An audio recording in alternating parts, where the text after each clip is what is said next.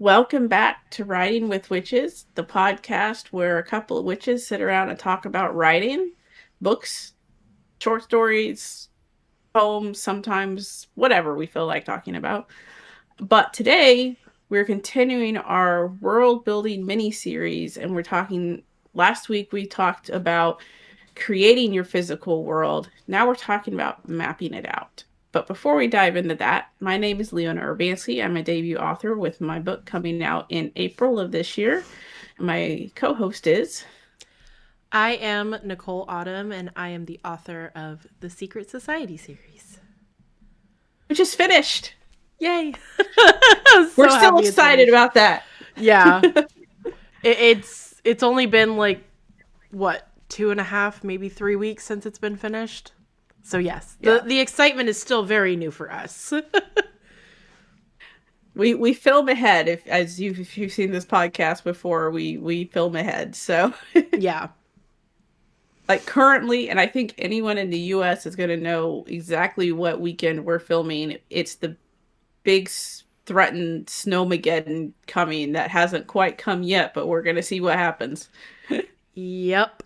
I'm on the East Coast, so they've been saying we're going to be getting anywhere from...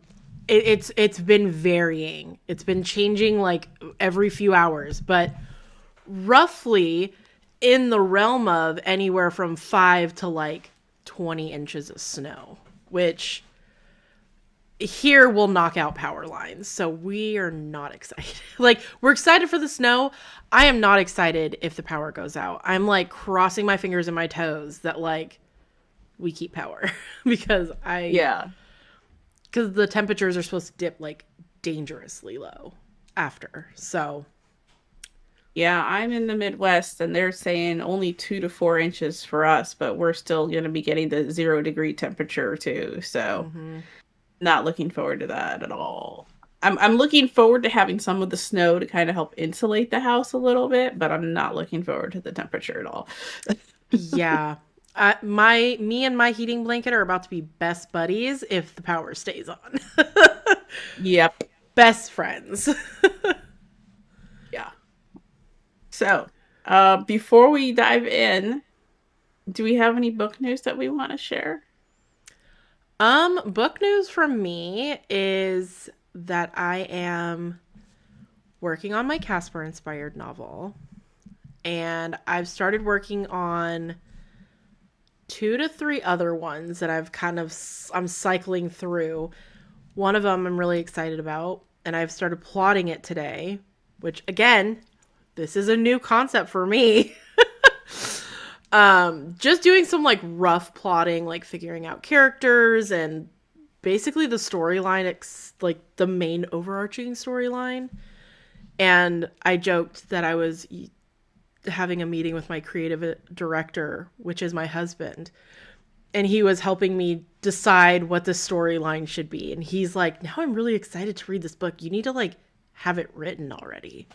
So, and I'm like, well, do you want to read it as I write it or do you want it as a book? He's like, no, I have to have the book. And I was like, well, I guess I'm going to be busy. So, any book news for you? I've mainly been focusing on Fae Touched. I haven't had the inspiration to write on the first drafts for a minute with my life, man, is crises are never ending. House trouble, car trouble, tax trouble. It's just never ending. So I'm like, how did I finish Fire Magic? You know? Like I said, you have a full plate, and it seems like as the days go by, more shit just gets added. And I'm just like, you poor thing. Because holy shit. I would have had 3 mental breakdowns and would have, like, disappeared into the forest at this point if I was you. Because holy shit. Like, goodbye. Everyone deal with it. I can't. Goodbye. Yeah. Man, it's stupid. So yeah, but I am dedicated. I do want to get Fae Magic published in the fall. Fae Touched, I mean, mixing up my book titles now. Want to get it published in the fall. So, but doesn't take as much energy as writing a first draft when you have no inspiration, because the book is already there and written and it's just rewriting Fixing. it. So you already have something to draw on. You're not drawing from the empty void of space. Yes, I feel that because I've been struggling, and it's like my inspiration will come in bursts, and it's not very long ones. So you're just like, oh, I got a smidgen. Let me do something, and then you Yeah, rush and exactly. you get like maybe a chapter written. You're like, and I'm depleted again. Yeah. Oh Yeah, yeah, it's been rough. But I'll get there. I'll get through it. I always do. I'm hoping. I don't know what the hell has been in the air in January, but I hope it'll be gone by February. That too. I mean, it's not just me. It's this whole fucking environment around us that, Yeah. like, I haven't been really able to focus on anything outside of my own issues right now because there is so much, but that doesn't mean I don't doom scroll and see it. Oh, I know. Oh my god. Yes. So, So, yeah. yay. The hellscape we live in. So let's escape into a fantasy world for a little bit, shall we? Yes, I agree. Escapism is great. So, like Leona mentioned, we have talked about figuring out your landscape of your books, like the physical landscape. So now, what do you do with that? First thing would be maps. First thing would be, why would you even want a map? Maps have been growing in popularity, especially amongst fantasy novels and romantasy novels.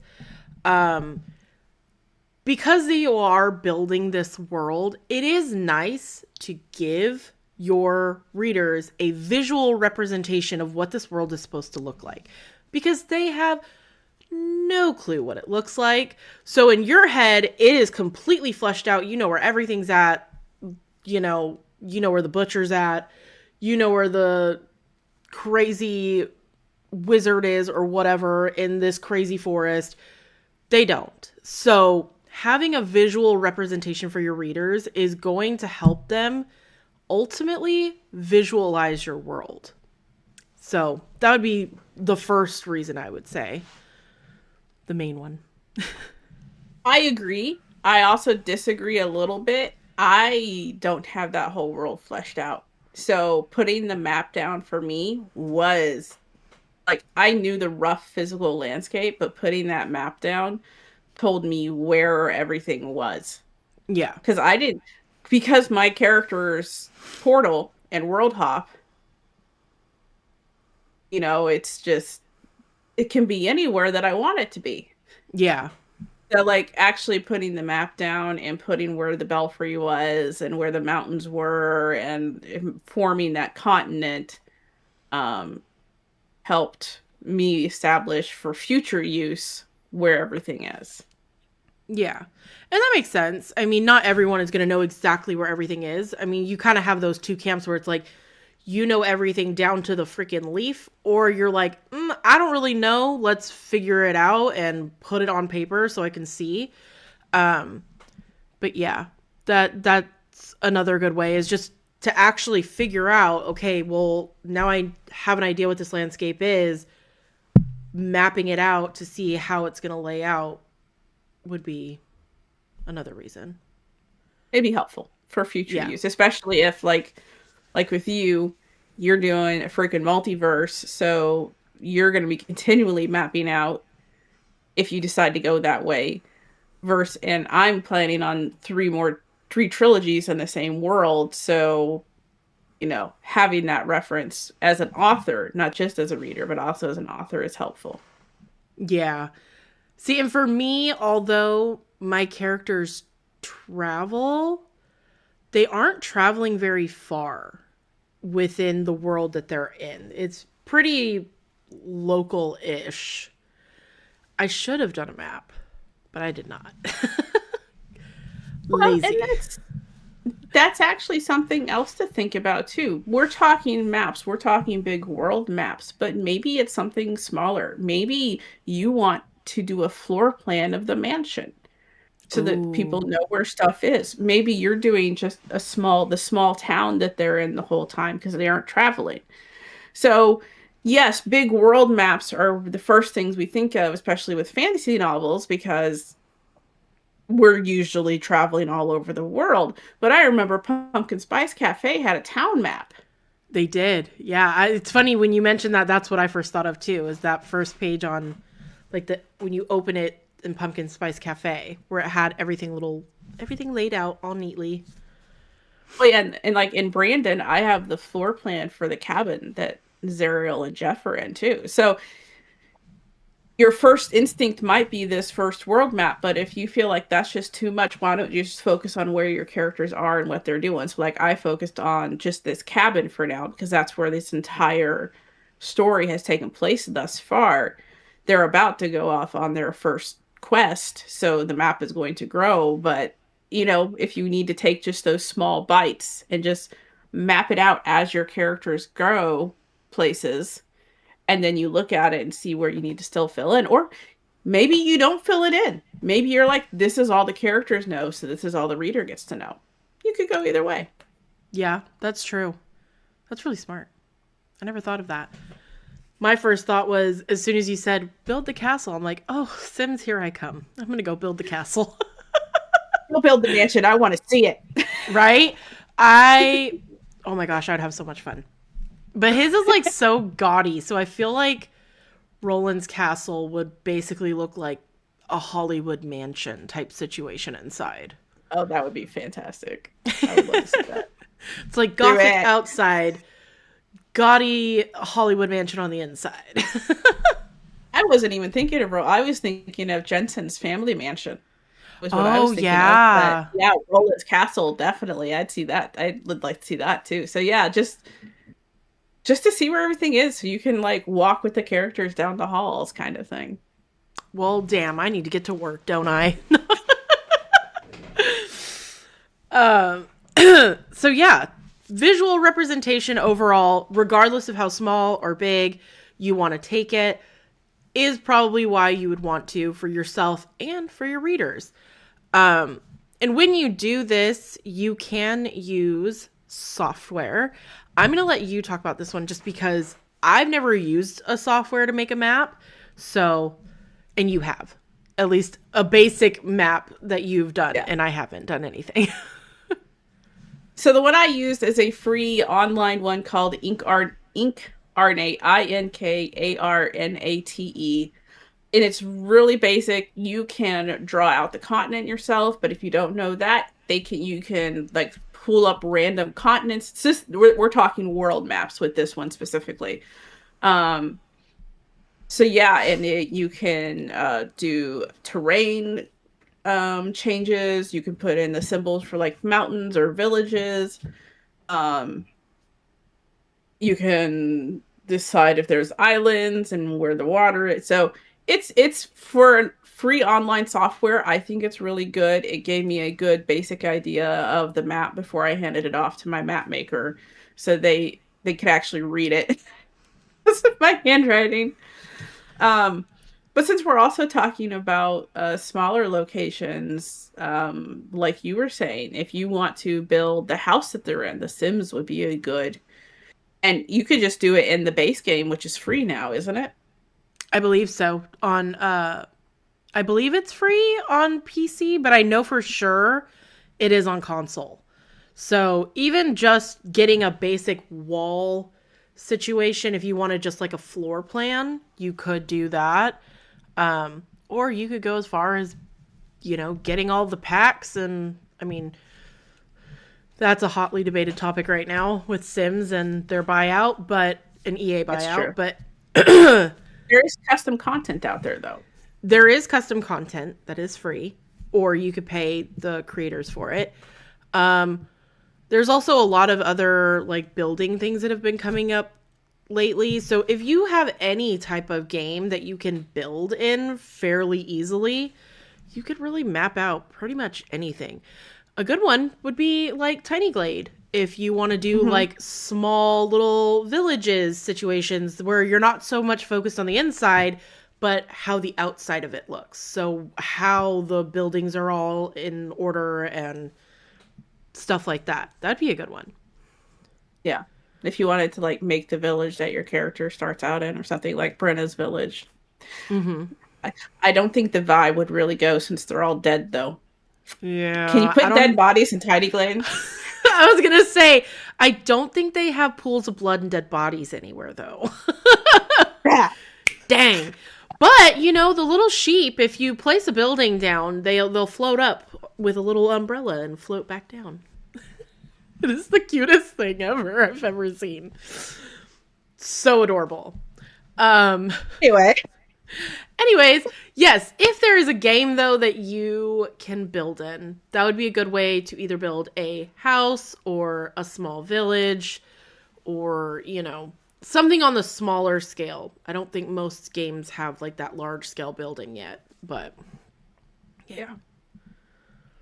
So that's one way to do it. And if you'd rather go the more manual, hands-on way, there's two different methods that I would use for that. One is the rice method, Mm-hmm. and that is just having a piece of paper, however big you want, however much rice you're going to use, and you just pour the rice onto the paper, and as it scatters, and then you go in and you trace around the rice, and that's going to give you the continent shape. And you know, maybe you'll have little islands of little rice that's built off to the side is one way to do it. Yeah. And then, do you know what I'm talking about with the ice method? Kind of. Isn't it where you put ice on paper and you kind of trace out how it melts? You could, but an easier way to do it is after a snowstorm or an ice storm, go take like as it has started melting, go take a picture of like a parking lot that's empty and you have all of the little ice patches Oh, yeah, yeah, yeah. that you could turn into continents. You could just transpose that and trace that out in a program and then that would give you unique shapes for the continent as well. So, That's actually a really good idea. Go to your Walmart parking lot, especially after a yeah. big snowstorm. Then you'll have those big piles and like little ones everywhere. That's a good idea. Yeah. Or like school parking lots. That would be another one, yeah. Ones that you know So, would be empty after a snowstorm. yeah. Yeah. So yeah, that's the ice method that I'm talking about because both of the rice and the ice methods, um, I'm going to say parking lot method instead of ice method. Parking lot method. Yeah. Because my mind was like, are we putting ice on paper and tracing out the puddle, like the wet spots? And that's I mean, you could. That would be one way to do it too, yeah. if If you you felt get like that. like a good thick paper, like for watercolor or something, that'd be good. Hmm. Um, so yeah, those are a couple of more hands-on ways of doing it, and just it gives you those unique shapes if you are not an artist inclined to create those unique shapes yourself. So Yeah. Another thing to think about when you're making your map, you're gonna have to start getting into the technical bits after you get like the general shape drawn out. One of those being distance. How long or how far are these two places from each other on your map? And that is entirely up to you, how far they really are.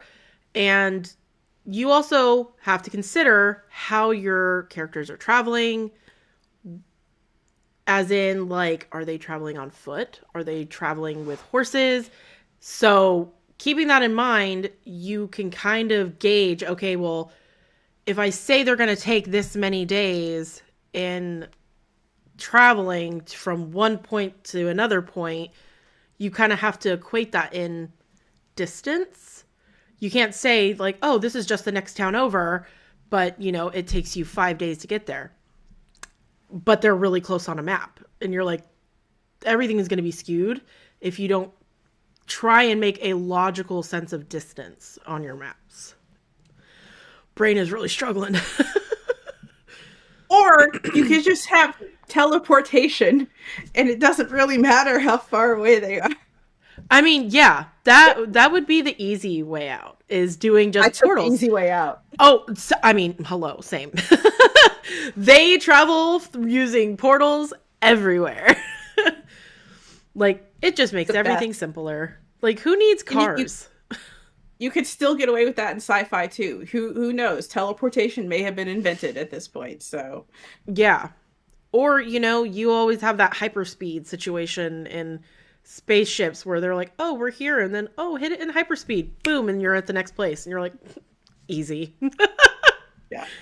But if you don't go with those options, then yes, trying to make it make sense so that if it's the next town over, but it takes them 5 days to get there, try. If you're really into cartography, you can go in and you can measure and have a little measurement scale if you really want to. But just try to make it somewhat sensible. Like, don't put the castle they're going to that takes 2 months closer than the village that takes 5 days, kind of thing. Yeah. Use common sense. Yep. Um, and then with that, you could also then start putting in your known locations. Again, using common sense. So if something is, like you said, 2 months to get to, it's not going to be closer than the village that takes 5 days. So adding your known locations will help with things like distance and stuff like that. But then you can kind of start plotting out, okay, we have the general shape now. We know somewhat of the distance. Start putting in your major landmarks. The castle that they go and visit, the small village or the forest, where the ocean is, all that fun jazz. You could then plot that out, and that gives more character to your map. This will also be a good time for you to name these locations if you haven't named them yet. Like, Yes. mine is still literally named Bretta's Hamlet, Sorcerer Smith Town. The village everyone dies in. That's the one. Although that's actually a lot of villages in this world right now, so Yeah, kind of. This slaughtered town number 1, slaughtered town number 3. No, like, I mean, that's kind of what Druce was doing in that scene with the map when he's on the desk. He's like, "All right, is this town alive? Is this town alive? Is this town alive?" Yeah. Um, There's or you could just, fantasy name generator that shit, because that's what I did. And I'm like, we'll take a little bit of smidgen of this word and a little smidgen of that word, and boom. There you go. There's the name of a town. Yep. There you go. So naming your towns would be good to do at this point. So you know what they're named. And this is something that has come up when I was actually reading yours. Compass directions. Deciding if the compass we know is going to be the cardinal points and the compass of your map. You can do whatever you want.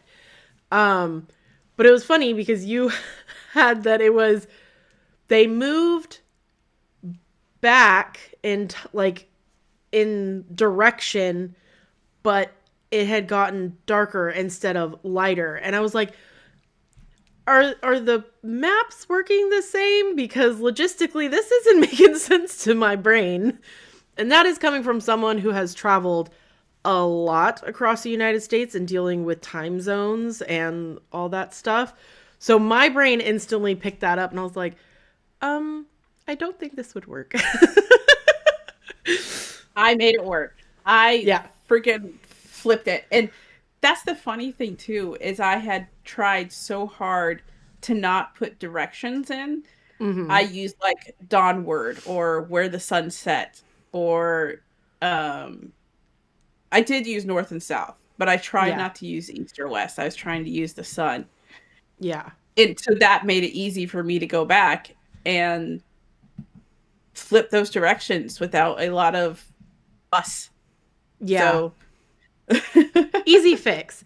But the point being is you can make your cardinal points in any direction. If you want south to be north, you can. If you want to do west to east, you can. You could call it something completely different if you want. Or you could do what Leona did and just do dawn to dusk and north and south. It's entirely up to you, but when you go to do those cardinal points, make sure you stick to them or you will confuse your readers. Mm-hmm. Yeah. So that would bring us to our witchy tip, which, since we are talking about maps and physical landscaping, essentially, our witchy tip is learning about the land that you're on, where you are at, essentially. Because a lot of the times we are witches, we like to honor Earth and where we are. It's good to just kind of know the history of where you're at. Like, I grew up in California, so Indian burial grounds are a thing. That was fun, dealing with the spirits in my house. So just do your research, possibly on, if you can. Sometimes there isn't very much information on the land itself. A lot of the times it is revolving around buildings. But if you can find information about the land you're on, it's always a good idea to honor it and hold space for that in your practice. And as someone that lives in the United States, there's a lot of erasure. So it can be difficult. So maybe you can't specifically find the land that you're on. Well, at one point, it was tribal land. Just going to say it was, because it was. So Yeah. research the tribe that it was. And just knowing the history and respecting the history will help you respect the land, because you're probably also going to learn some of the culture, some of the beliefs. And Native indigenous American beliefs are usually very closely tied to the land that they're on. Mm-hmm. So researching that will also help you understand the land that you're on and the stories that revolve around it. If you can't. Again, there's a lot of erasure that happened here, and it's difficult. Yeah. Overall, honor the land that you're on and be respectful of those that came before you. That's our witchy tip. Yep, that is our witchy tip. To keep it as simple as possible without getting into too much of the politics of it, because we could get on our soapboxes. We have plenty. We have them stacked up in the corner, man. Oh, yes. Yes, we do. That topic is a fun one. Yeah. So that little witchy tip was a short and sweet one. So we'll jump back into our maps and the uses of maps. One of them being merchandise. You can do printing out physical maps that people can purchase if they want, say, maybe they want a colored map of what it looks like. You can do that, as well as, I don't know, maybe put it on a coffee mug or a tote bag. You never know. Some people really like maps. Some people really, really like maps. Some people want that big old print to put on their wall. So merch would be number one, I would think, besides your books, in your books. Which would be point number 2, is to put them in your books. Have the map so you can put them in your books so your readers can see what's going on in your world. And you can play with that too. Like, if you decide to do like a deluxe edition of your book, you could put like a colored map in there. Maybe you could provide an additional map, like you're saying. Maybe you did a rough sketch of, I'm sorry, I just glanced at the temperature. It's 3 degrees outside. Oh my God. Sweet gravy. That's cold. Yeah, Literally, no wonder I'm cold. The first thought that came to mind was, damn, that's colder than a witch's tit. How fitting. Yeah. Yep. Anyway, sorry. Back to my point. No, I'm the one that distracted us. maybe you did little rough sketches of, like, maybe Nicole had decided to do a floor plan of Jensen's mansion or Roland's castle. That could be like an additional map you could put into a deluxe edition so that they have, more stuff. More stuff. All Because the that's what the stuffs. dopamine is about, is all the stuff. It really is. Give me the stuffs. um So yeah, having that inside of the books, and you can play with that. Maybe the huge deluxe edition has a fold-out map or something with little notes from the author. I know Kelsey and Peaches May's Voice of the Ocean. The way she did her map is she has little notes from the main character on the map, because this map is essentially the main character, who was a mermaid exploring. No, she was a siren. Sorry, was exploring the world. So she was putting her own little notes and making a map as she went. So you could do Oh, that's something cool. creative like that. Yeah, I haven't looked at it, but I've heard about it because she talks about it. Yeah, that's a really good idea, though. That's cool. So it's have fun with it. Give them more stuff in the deluxe edition. Like, do the fold out map, do the colored map, do just additional maps. I know in Robert Jordan's, in the first book at least, we had different sections of the map as we went through the book. So that could be something you could do as well. Like, maybe you have the overall world map, and then Hmm. you have the regions as they go through it. Yeah. So Like almost like a zoom in lens, and you could see the more details as they went along, and they added different maps of each region or section or city. Um, One thing that kind of came into my head, which kind of goes along with the maps, is maybe you have a town that plays more into, I don't know, something quirky, and maybe you make a brochure for that town because it is just different for whatever reason. Maybe it's more fun or a little weird or kooky, whatever. Having like a little brochure of like the events that are happening, like, I don't know, maybe a circus came to town in your book and there was a advertisement for it in a brochure and your characters managed to find it. And that's something that you could put along with your maps, and that's just additional material that kind of brings that world more to life for your readers. Totally not map specific, but kind of map related. yeah, no, I mean, that's a lot of times you will have, in smaller towns, you will have the map, then on the back of it it's the brochure, because you fold it Hmm. up and then there's the brochure of it. So yeah, no, that's totally, the only limit here is your own imagination here. Like, go hog wild. It's your world, and you can do what you want with it. Just give us a little logic, just a little. Yeah.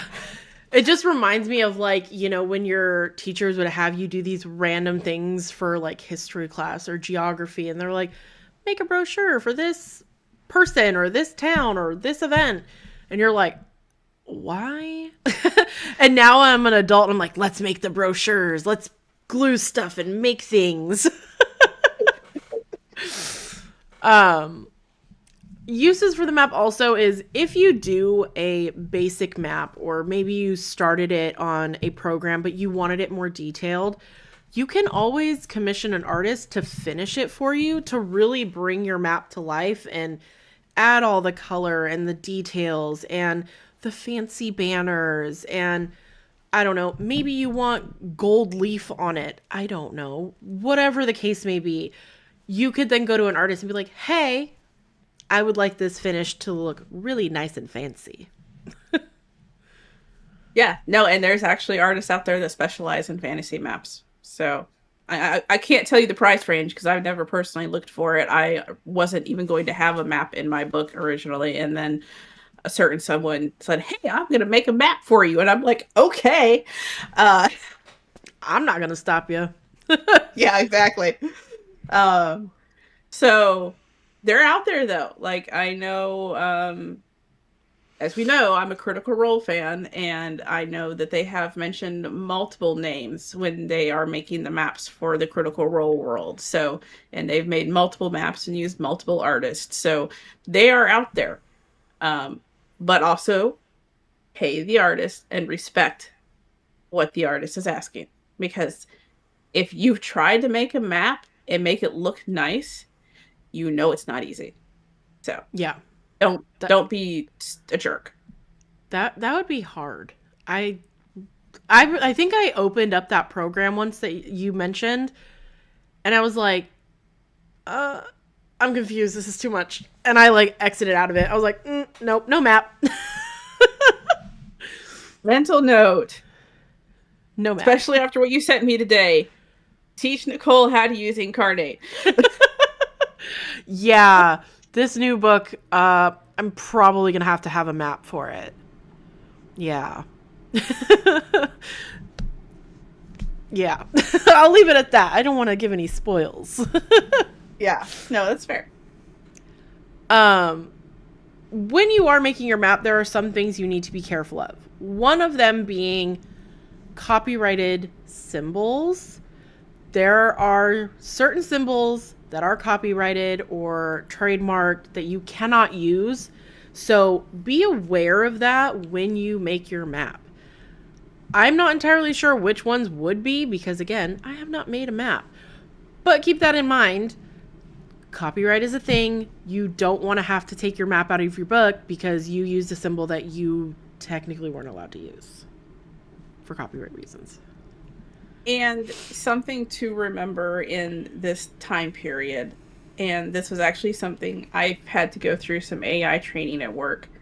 And one of the things that she mentioned is a lot of places are trying to keep AI from scraping their resources. So they are saying, hey, you can have it for free, but you have to sign into the website.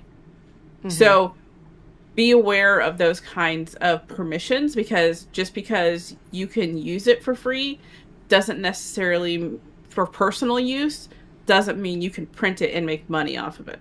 So read the fine print, make sure, and if nothing else, just draw it yourself. If you really are desperate to have a map in there and you can't afford an artist and you want to make sure that no one else can sue you for it, draw it yourself and be like, hey, the character made the map. Be imaginative with it, you know? Yeah. So just be careful. That's all I'm saying. Because like you said, you don't want to print it and have it all ready to go. And someone's like, hey, that's my work. Yeah. And you can't use that to make a profit. So. Yeah. And even if you decide to use those symbols and say maybe it is, you can potentially license it. Licensing is way cheaper than going out and making a whole map and then having to pull it all out. So sometimes you can license certain things fairly inexpensively. So, and it is cheaper than an artist.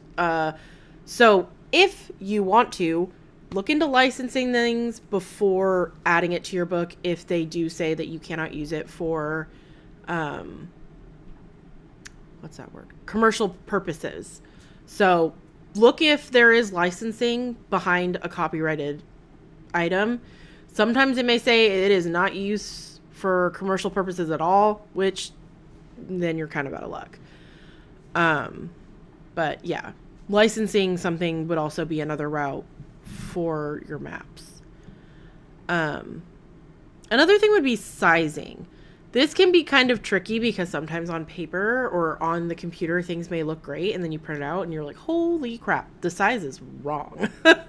Where you make it either itty teeny tiny bitty and you're like, I can't read any of that, or it's massive. So keep in mind sizing of your symbols, your words, and just overall sizing of things in general.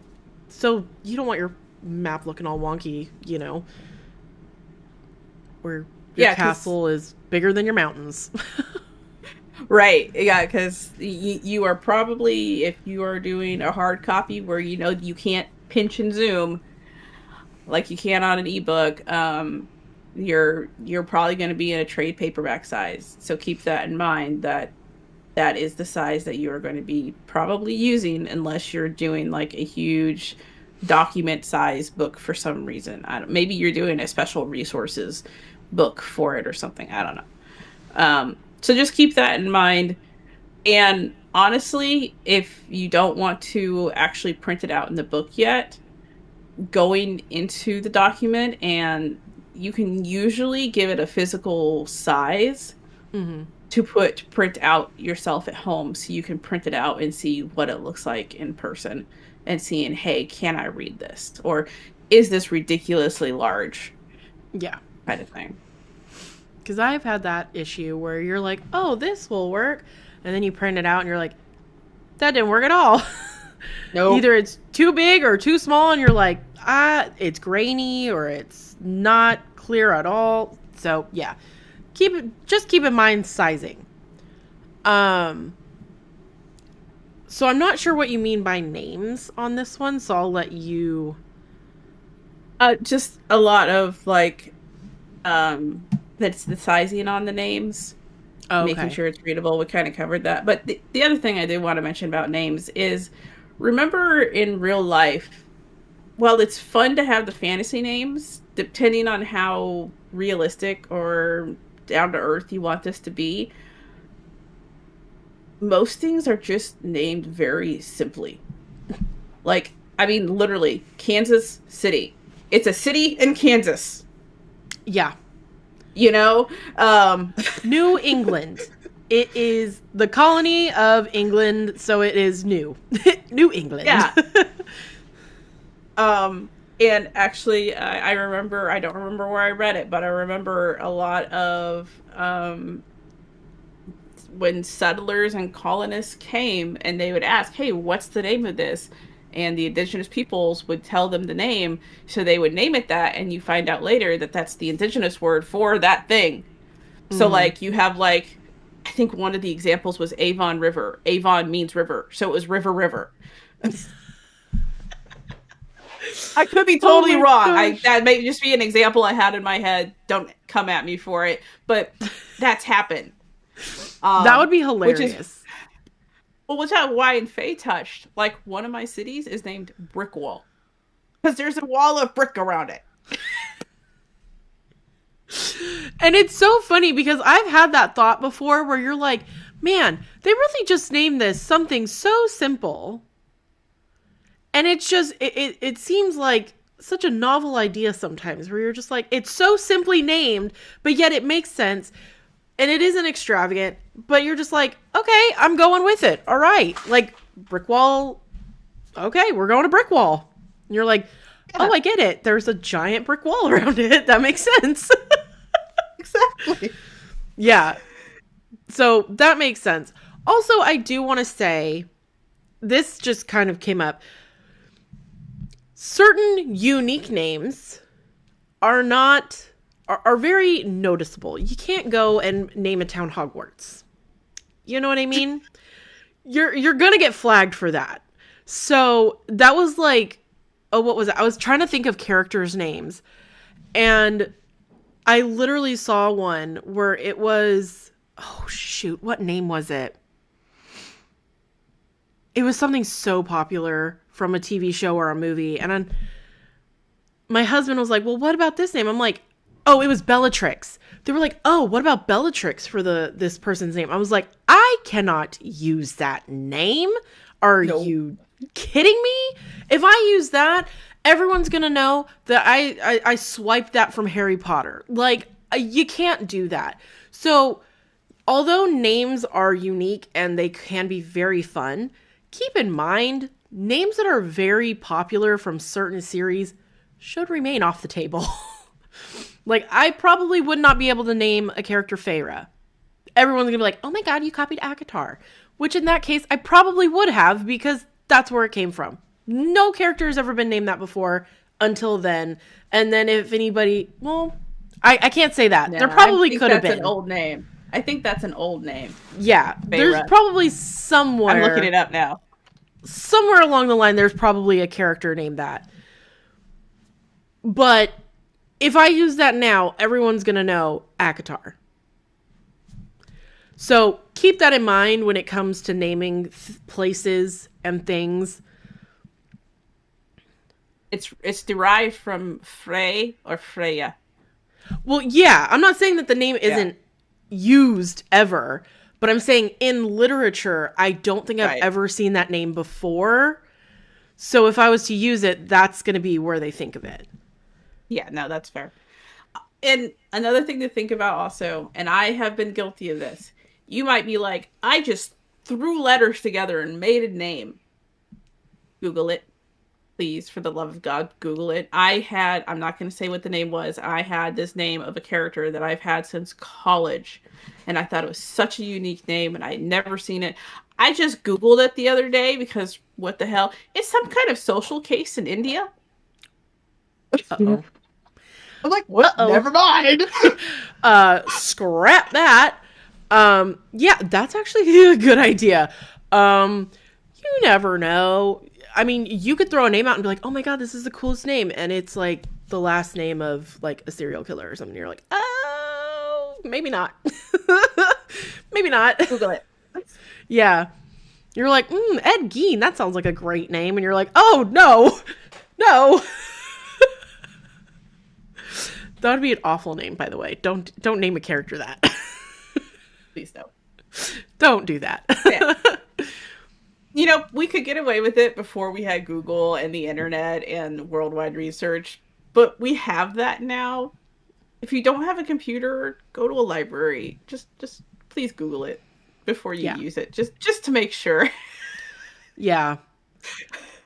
Just to be on the safe side, you know? And it could save you in the end because again, maybe you thought you found this really unique name for a town in your map and then you find out, well, that's also a name in someone else's town in their book and they're like a major author and you're like, "Oh shit, hopefully they don't come after me for copyright or, you know, the plagiarism." So, just keep that in mind. But there also is a thing that if something is so simply named and it's been used in other things, there are certain ones you could probably get away with if it is a very simple name. You know, like I'm sure there's plenty of red rivers in books Or Blue Rivers. or blue rivers or you know what I mean, like simple names for things, you're probably safe. It's the more unique ones that stand out. Yeah. So, was there anything else we could think of to add for maps? No, I think that's all I can think of. The cold is apparently stunting my brain. I it's freezing it up as we speak and I completely understand because I can tell you right now I can feel the cold air seeping in from my windows and stuff and I'm like, oh my God, I'm freezing. Yeah, I'm in the basement. Oh God, that's so cold too. I can't wait to get into my under my heated blanket. Blinky. Same. So that Like, brings us. You know why the heated blanket and the brave little toaster was so treasured now. Oh my God, yes. I literally earlier today I was making my daughter. She wanted ramen. I literally was sitting there with my hands over piping hot steam. I was like, oh my God, this feels so great. I'm like, don't do this. You're going to burn yourself, but I'm going to do it. She was looking at me like, are you okay? I'm like, no, my hands feel like icicles. And then she just like put it close, but not close enough to like burn herself. And she was like, oh, you're right. That does feel good. Yeah, it's frigid outside. Oh, Yeah. so cold. Anyways, off of our our Old rant. our tangent of coldness. That brings us to the end of this episode and into book reviews. Do you have a book review? I do. Do you? I do. Yay! And it's a full book this time, not just a novella. I love that. I love Would that. you like were able me to finish a full book? I know. I'm trying really hard. A week is kind of hard for me to finish a full book, especially if they start getting to the beefier ones, but I'm really trying. Oh, no. Just because I know of your time restraints. That's all. 3 kids, a husband. It's a lot. I'm just happy you were able to finish one for your own gratification. Oh, yeah. And this one was good. So do you want to do your review first or me? Why don't you go? Okay. So I read this at the recommendation of my husband's coworker, and he kept telling me, "Well, why don't you read it? You should read it. You should get it." So he's just like literally now like hammering me with book recommendations. So I was like, "Okay, fine. I'll get it. I know it's a popular book." So I read Lights Out by Nevessa Allen. I think that's how you say her name, Nevessa. I hope I'm saying it right. Um, this has been talked about. It's everywhere. It is a dark romance. And honestly, I get the hype. I do. I really liked this book. I gave it a 4-star. The smut was good. It isn't like super great or like I'm probably not going to think about it in 2-3 weeks from now the way I do on some of my 5-star reads. But who knows? Maybe I will. Maybe I'll change my rating. I don't know. But it is a good solid like 4 to 4.5 stars for me. It follows Allie, who is a trauma nurse, and Josh, who is a hacker for like this big tech company. But he is also a mask talk influencer. I don't, what would they be? Thirst trappers? Like, I don't know what the official title is. But he is on No idea. social media, and his whole shtick is being one of the mask guys on social media. Which is really interesting because this man is also the son of a serial killer. So he is on social media in a way that he can have his anonymity without getting the negative attention that he's so used to getting because of his father. And Allie just so happens to be obsessed with him online. And lo and behold, the casual hookup that she was with, happens to be this man's roommate, and she didn't even realize it. So when he finds out that Allie is basically obsessed with him and he knows her, he then starts stalking her. I will say, for a dark romance, although he does questionable things, their attitude towards each other is so adorable. Like, he is obsessed with her in a way that is like, I love you so much. I may track you. Because of his dad, he's very protective of the people he does care about. And to the point where he is literally hacking into cameras to watch you to make sure you're safe. So, questionable, but it's cute. I have very questionable tastes, apparently. It's like I kind of agree. She's like, it kind of feels like I have my own little guardian angel watching over me just in case. Because, yeah, she does work as a trauma nurse, and she comes in contact with a lot of sketchy ass people. She works in a big city, so she immediately tells you that she sees the worst of the worst. She's seeing the car accidents, the gunshots, the stab victims, the SA victims, all of that. And that is kind of where it comes into play, where she has to deal with someone in the ER, and that kind of makes everything take a left turn. It is a very interesting read. For a dark romance, it does tackle a lot of dark topics, but I think they do it in a way that isn't like roll your eyes, oh, okay, this is just for shock value type of thing for dark romance. I really enjoyed it. I don't know if I would read the next one because it is an interconnected series, like interconnected standalones. I don't know if I would read the rest just because The characters that they're going to follow, they never really piqued my interest, but these two really did. And I really liked it. I thoroughly enjoyed it. And I would recommend it if you're into like dark romance. So, yeah. And they are funny. They definitely have some moments that are freaking hilarious. And you're just like, Noted. that was wild. Very entertaining. I'll keep that in mind. Yeah. I think you would like it. I do. It has to make its way to my physical TBR first. Yeah. I will say I never was reading it and was like, that wouldn't happen. Or I don't think that's right. So I never had those moments. So to me, that instantly makes it a gooder. Oh my God. A better book because I wasn't having those moments where I felt like I was correcting things. I was able to like fully immerse and like read it, which is probably why it only took me like 8 days, 9 days to read it. So I was reading. You were booking it. I was. Cool. Well, okay. So after a dark romance about a trauma nurse and a stalker, Yeah. we're going to jump into Disney.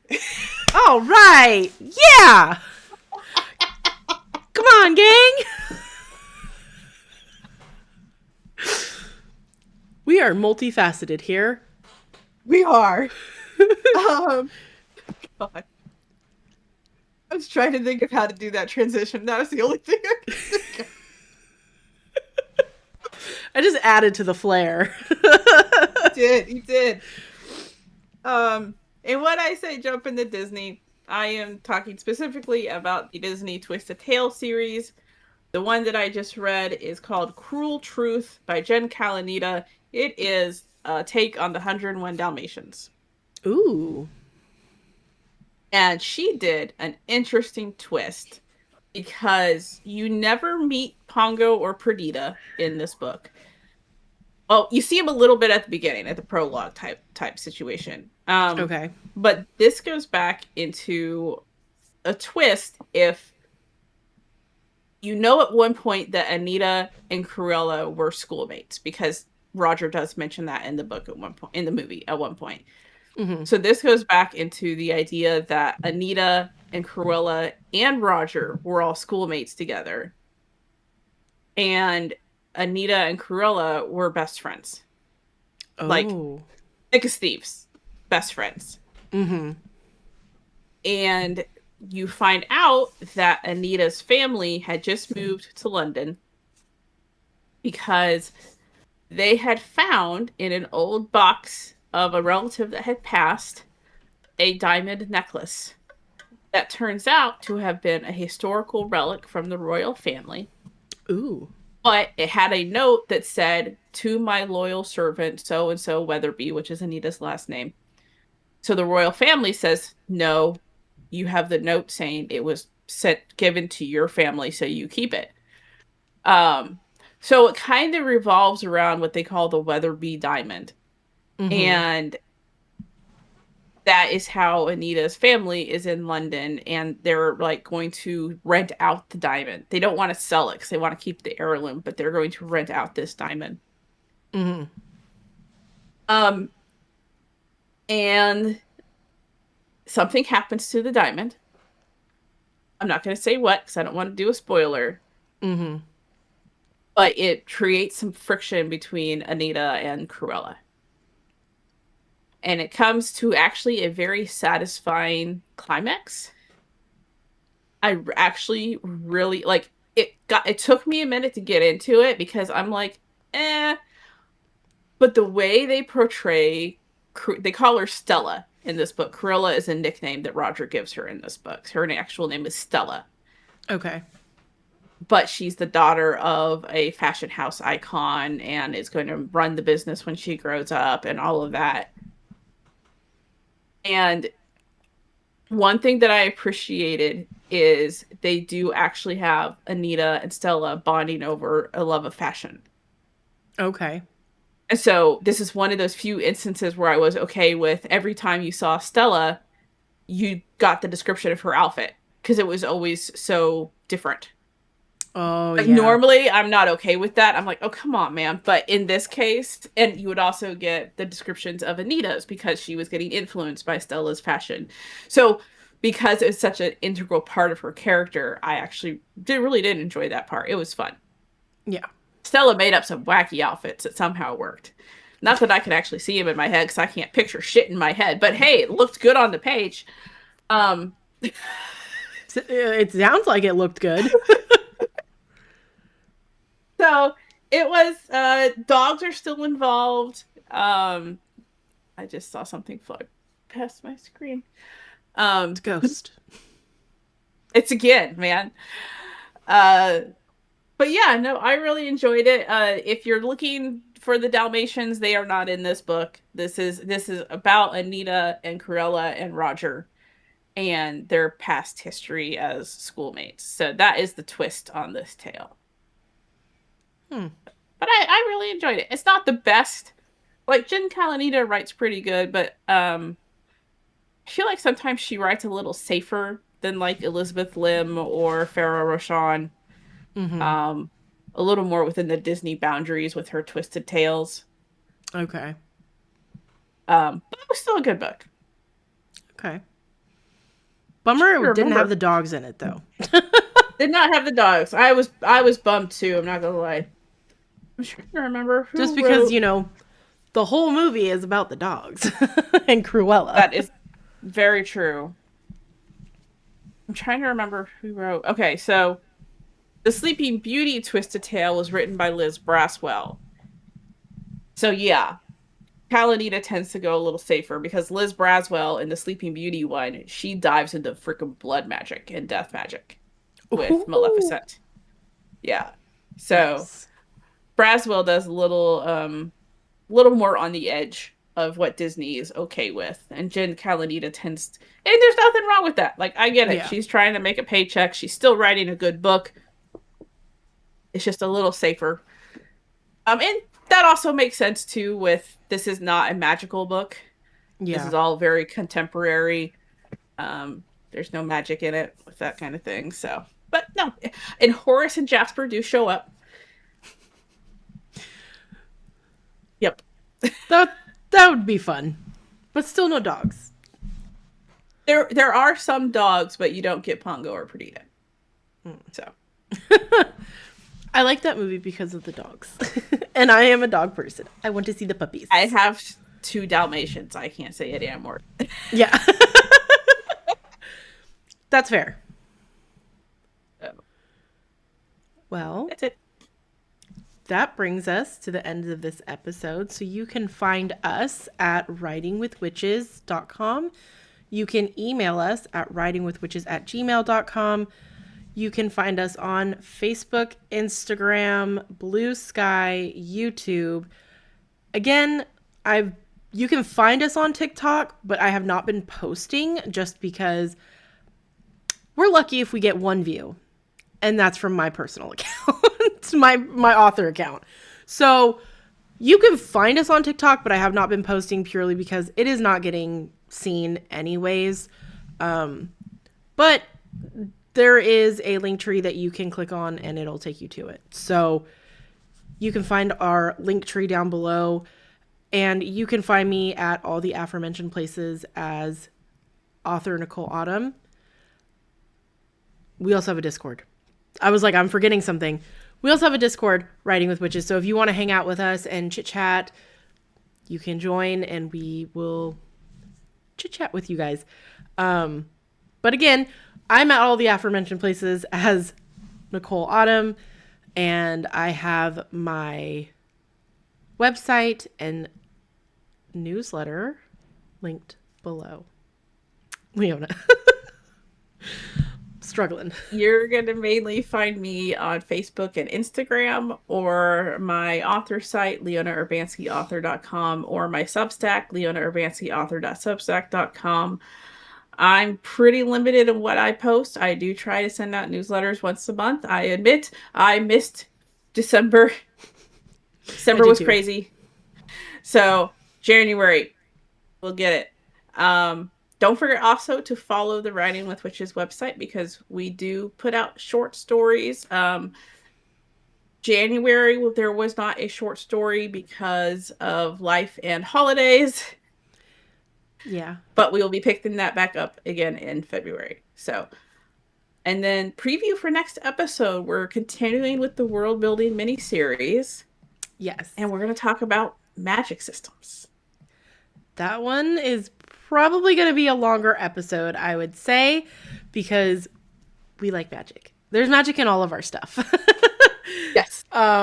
So magic systems will probably be a little bit longer episode to be on the safe side. So, to make sure you have your snacks and stuff. Get a nice hot drink if it's as cold as it is now, man. I'm going to have some hot cider when this is done. Sounds freaking good. I'm not going to lie. Hot tea sounds great right now. So, thank you all for listening and or watching, and we will talk to you next time. Bye. Bye-bye.